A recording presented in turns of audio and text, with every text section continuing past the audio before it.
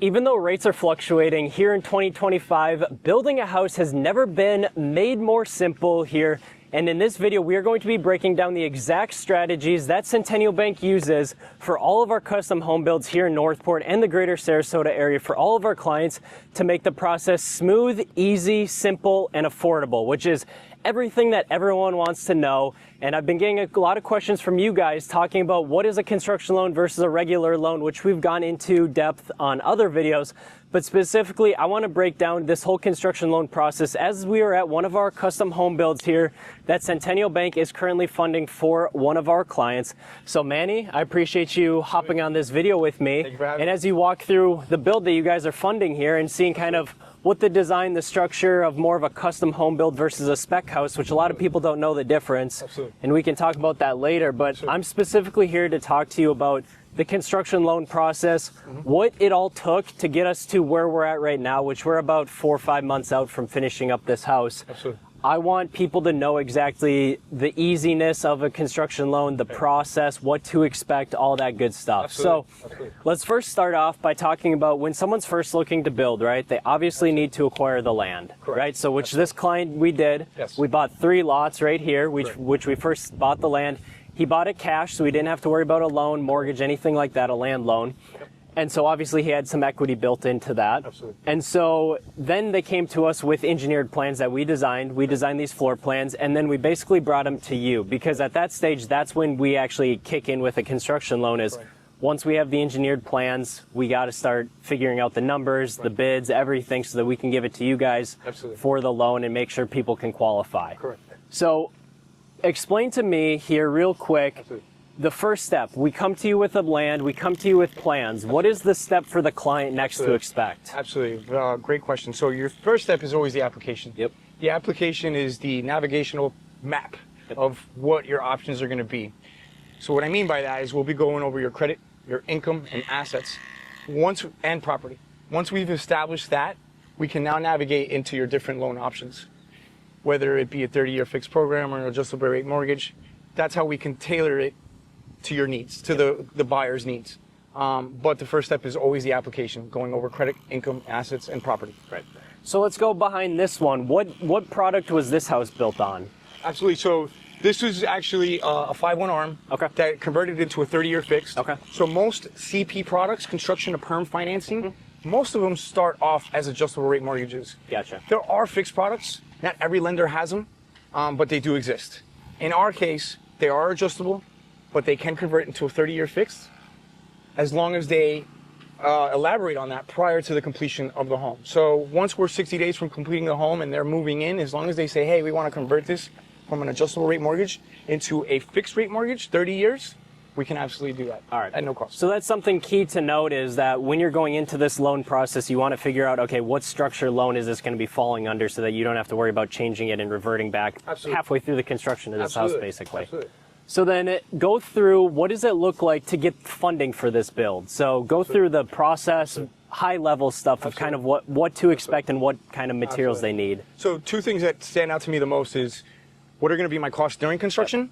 And once after that's done, what are my costs forever for the remaining of the 30 years? So the 30-year payment is obviously my number one concern because I want to know what I'm going to have to afford the rest of my 30 years. And I also want to know what it's going to entail during 12 months or 18 months of construction. So to answer those 2 questions, during construction, you'll be paying interest only on your actual construction costs. And obviously, once you convert, then now you're paying principal and interest for the remaining of 30 years at a fixed rate if you so choose to do so. All right, cool. So let's figure out, so this is working on a draw schedule. Right. This is an AIA schedule, Correct. which what does an AIA, there's different formats, right? We did one build. What was the other build we did? Percentage-based We did a and percentage-based build, and then this is AIA build. Correct. So explain to the viewers here real quick, when you're working on an AIA build structure, Correct. what does that look like in terms of getting the funding? Correct. So it's just basically the draw disbursements based off of an AIA kind of contract. Yep. And it's just basically an agreed upon disbursement, whether it's going to be 9 disbursements or whether it's going to be 7, but it's usually agreed upon between builder, bank, and client prior to starting the construction. Right. So beforehand, what we had to do in order to do this was we obviously brought the engineered plans to Centennial. Then we had to do a breakdown of their itemized list. They have basically a schedule of what they're going to divvy out for the builder. Right. So we had to match our budgets to that. So then we gave Centennial, we're like, hey, this house, let's first simple math said this house was $1 million. Right. And then Centennial then worked back and forth to figure out, okay, what do the comps look like? Where's the value of the house? Right. Obviously getting it appraised at the plan stage, the engineered plan stage, right. to then figure out, okay, how much is the bank really going to lend against this build, right? And then whatever the difference is, if it comes in less, then the buyer has to make up or the borrower has to make up. But if it comes in more, then obviously that's an added benefit to people. But when you're looking at building a custom house in a different area, such as Northport, where it's very hard to comp out over $1 million house, it is very hard to come in at the appraised value, usually for the funding, but not difficult. So let's go through, okay, so once everything's approved, paperwork's approved, application, everything's good to go. We gave you the plans, the budget, everything's ready to go. Right. We go to the closing table, correct? Correct. So then what does the closing process look like before getting funding? Yeah, absolutely. So at the closing table, typically they'll bring in at least 10% down, depending on the structure of the loan, if it's a primary or secondary home. But at a minimum, for a primary home, it's 10% down. So that day of closing, they'll bring in the 10%. Yep. That usually is given to the builder. Yep. So they can go ahead and get the building project started. Once they get past foundation, the builder, and past foundation and inspections, I should say, which you guys are obviously very well familiar with. Mm-hmm. Once we get that past that stage, then you can now get your first draw. At that point, and the first draw, the client, the borrower, the consumer, will be paying interest only on that dollar amount draw. Right. So let's go off of that really quick here for people that are talking about interest rates and saying, okay, well, if this is $1 million loan, right. I don't want to be paying interest for 12 months of the build process on $1 million. So Correct. Can you explain to people what exactly it means when you're doing interest-only payments for a build? Yeah, so great question. So on $1 million build, to keep it simple, we'll just say it's going to be divided in 9 installments. Yep. So basically, that $100,000 that's given to you as a 10% down, that's going to get you past foundation. Yep. At that point, you have now asked for your first draw, which will be $100,000. Yep. So the borrower will be paying, let's just say at the time, 7% interest only on $100,000, which that payment should be way less than, I'd say, off the top of my head, $700. Give or take. Exactly. No, these are all just rough numbers to give people some examples. Correct. But you'll be paying that up until the next draw. Right. So the key thing to note is you give the builder your $100,000, which is the 10% deposit, which you don't get charged interest. Correct. Then once the builder requires the first draw, that's the other $100,000, and you're paying money on the $100,000. Correct. And then we go to draw number 2. Let's say it's another $100,000. Then you're paying interest on $200,000 for whatever however many months it takes to get past that money. Yes. And then same thing, it keeps going down, draw 3, draw 4, draw 5, draw 6. Exactly. And then by the end, you're basically your last 2 to 3 months is when you're pretty much paying out the bulk of the loan. Correct. And a lot of people get confused because they see your guys' statement saying your interest is X amount, which you guys say the interest is basically if all the money was put out. Correct. That's a very good point. And a lot of people get confused. They come to me, they're like, no, I don't want to pay interest, $3,500 a month in interest. Day one, right. Day one. Correct. And a lot of people get that misconstrued, I would say, just because that's how the loan is structured. Versus you're only paying a few $100 the first month when the first draw, depending on the price. Yes. And then obviously it's doubling, tripling, whatever, all the way up to the final end of the build. So I think that's something key to note there. Yes.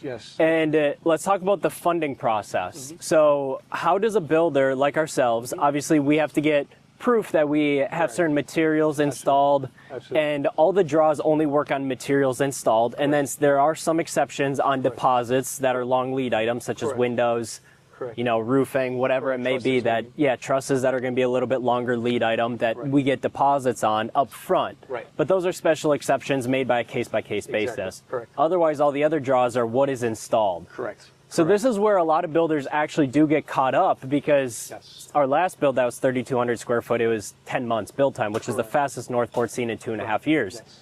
So this one's pretty similar, 2,600 square feet. Right.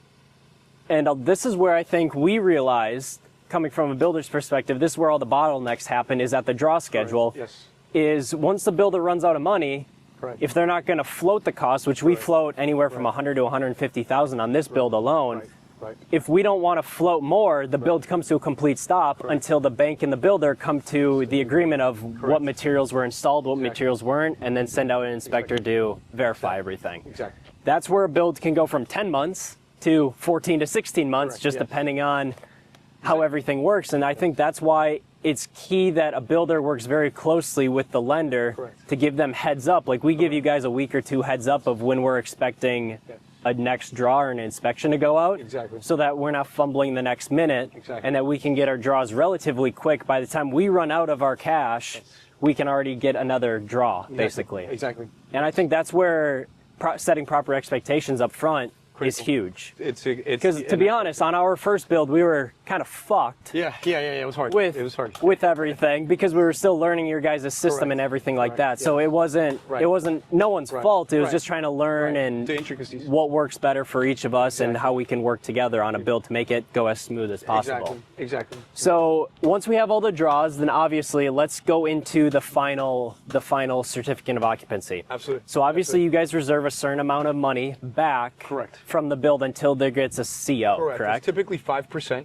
It was held. Once the certificate of occupancy is issued, we typically release the final 5% to the builder, and that is typically when we can convert the loan to a 30-year fixed, if they choose to do so. So then we're only closing one time on this house, correct? And that's up front? Technically speaking, it is a one-time close. Okay. However, I do advise clients that you don't want your financial picture to change during the duration of the construction, because they do soft pulls prior to closing on the home to make sure that you're not buying 2 homes at once or even 3, or that your financial picture hasn't changed, and that's for everybody's safety. So technically speaking, it is called a one-time close.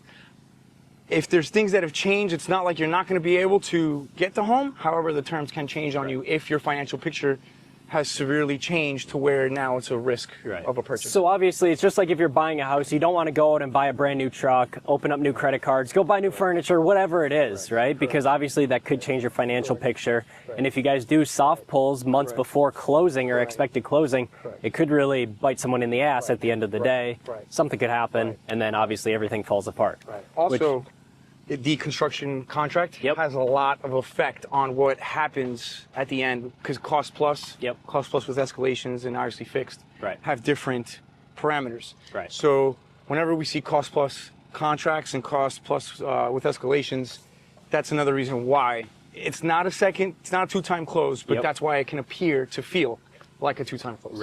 So then let's just say, hey, we're done. I tell you, Manny, we're getting the CO. Next week, say on this house.